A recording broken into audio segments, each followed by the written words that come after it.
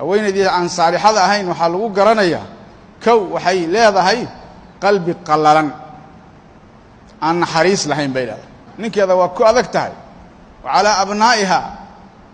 ilmaheeda waa ku adag tahay uma naxariisanayso haweenaydaasi laysat saalixa maxaa yeelay man laa yarxam laa yurxam ninkaan naxariis lahayn looma naxariiso nabigu sala allahu alayh wasalam marka guri aan naxariistu ka madhan tahay oo ilaahayba caynuraxma uu ku fiirinayna haddaad adu guriyaysato meeshaa dhibaasaa kuule raxmaddii ilaahay waa kaa maqan tahay qodobka labaadoo lagu garanayo naagta aan saalixada ahayn horta horeba marka guriga la dhasihayo keeda ma jecla mana ajiibayso oo gurigii in la kawino ama gurigii la dhisa ka yeeli mayso ilaa inay sharatanto shuruud xidhata ma ahan marka naagta sharatamaysa ee waxaa haddaadan yeelin waxaa haddaadan bixinin sidaa haddaa aada wax u dhigin dadkaa haddaadan ka soo qaybgelinin noocaa haddaad guri ka dhisin naagta noocaa ku sharatamaysa laysad mar'a saalixa naag fiican ma aha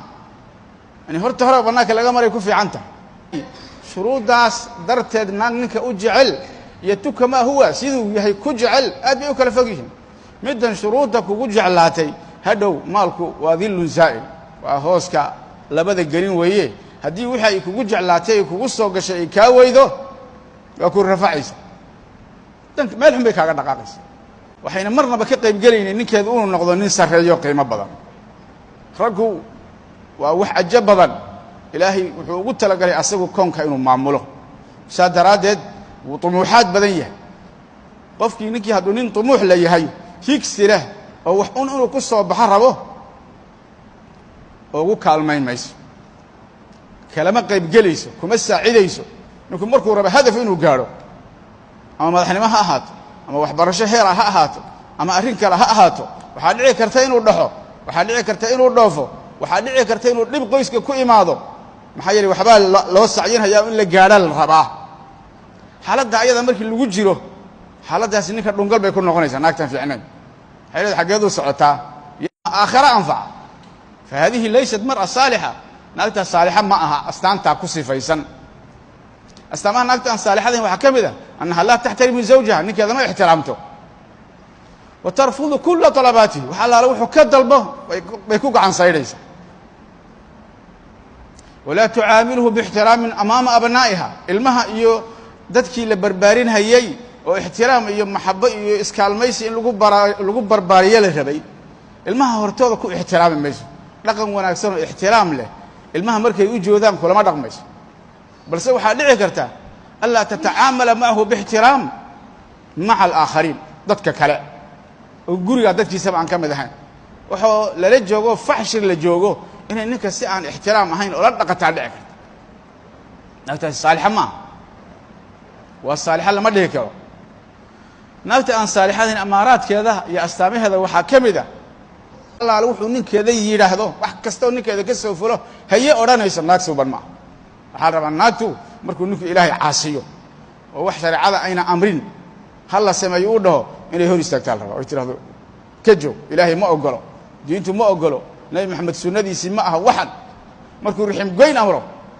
aabbahay gurigayuusan imaanin hooyaday walaalkay ina adeerkay habaryartay dadkii xigtada ahaa qof aad soo dhowayn karto male markuu dhaho ilaahay ka baq waa riximkii anugu waan soo dhoweyn adiga riximkaadi wey in la xidhiiriyo diintu amratay naag dhahaysaa la rabaa xumaha ninkeeda ka hor istaagaysa samaha kaalmo ugu noqonaysa laftirkiisa marka dambe uusan kalsooni siinaynin waay wuxuu aaminayaa siday asaga ku tahay qof kastaba inay ku noqon doonto saas daraaddeed uu ka shakinaya naag waxba aan mayaba dhihin weeye ayuu aaminayaa gurigaa inuu dumay u badanta kama warqabo asaga wax kasta oo amarkeeday ka samaynaysa haadihi laa taxtarimu zawjaha naag ninteeda ixtiraamaysa naagtaasi ma ah waxay rabta iska samaynaysa walaa taxtarifu lahu lmas-uuliya mas-uuliyadda oma qirsana inuu mas-uul iyadaba ka yahay oo kelimada yani maaragtay laga dambeeyo asaga uu lehay naag aaminsan ma aha waa nin labaad taasi nin labaad wey laba midun bay noqoni gurigaa inuu dumo maxaa yeele laba awr reerka geel kama wada doobiyaan laba seefoodna gal kuma kulmaane gurigaa inuu dumo iyo inuu ninkii naag isu bedelo ayadina ay nin isu beddesho oo kelimada laga dambeeya ayadu ay lahaato ay meeshaa ka dhacdo lan yuflixa qowmun wallow amrahum imra'a naagtaasi saalixa iyadana ma aha waxaan saalixa iyadana noqon karin alatii calaaqaatuha sayi'a maca alaakhariin ummadda kale calaaqaad wanaagsan lama leh tanfaru min annaas dadkay ka cararaysa wa tajcaluhum yanfiruuna minha ayagana dadkii waxay ka dhigaysaa kuwa ka carara mar'a ijtimaaciya ma ah naag bulshaaniyad ah oo lala noolaan karo oo la noolaan karto oo u dulmi karto oo loo soo dulmi karo naagta ma ah astaamaha naagta aan saalixad ahayn waxaa ka mid ah wadaatu anaaniya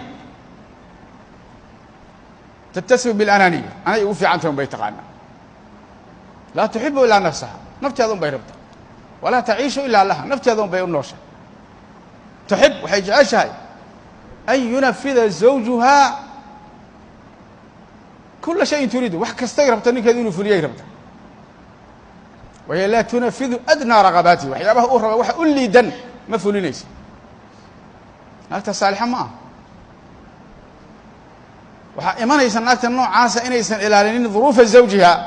ninkeeda duruufta haysata inaysan ilaalinin naagta anaaniyada oo saaxiibka way ugu fiicanta ay tiraahdo xuquuqdayda oo dhan bannaanka ha la idhigo bani aadamku wuxuu ku wada nool yahay heshiis iyo musaalaxa iyo maxaa aan nala tabara saasuu bani aadamku ku wada nool yahay naagta saaxibatu anaaniya way ugu fiican tahay naagta aaminsan qofka duruuftiisa maba ilaalinayso wax kastoo xuquuqdayda halkaa hala dhigay leedahay wax kastoo gabadh asaagay ah ay xidhato waan xidhanaya wax kastoy cunto waan cunaya wax kastoy gabadh asaagay ay cabto waan cabbaya meel kastoy gabadh asaagay tagto waan tegaya saasay leedahay qof waxay noqonaysaa ninkiiba ka weyn iyo duruuftiisii iyo noloshii asaga ku aadanayd fahadihi laysat saalixa qofka asaga marka haddii aad dabeecadaha ku ogtahay inaad ka wareegataa laba horta horaba haddii laakiin ilaahay kugu basharo oo qofkii noocaa ahaa ahal uu noqdo oo guriga uu kuu soo galo inaad nin noqotaa laga rabaa nin ma taqaana ninka ragga waxaa weeye ninka qof qalloocan inuu toosiyo ama uu qallooci ku wado oo u samro ninka kari karaa nin ah inaad sabartaa laga rabaa horta hore intaadan baabka gelin baa la rabaa inaad dhowrsato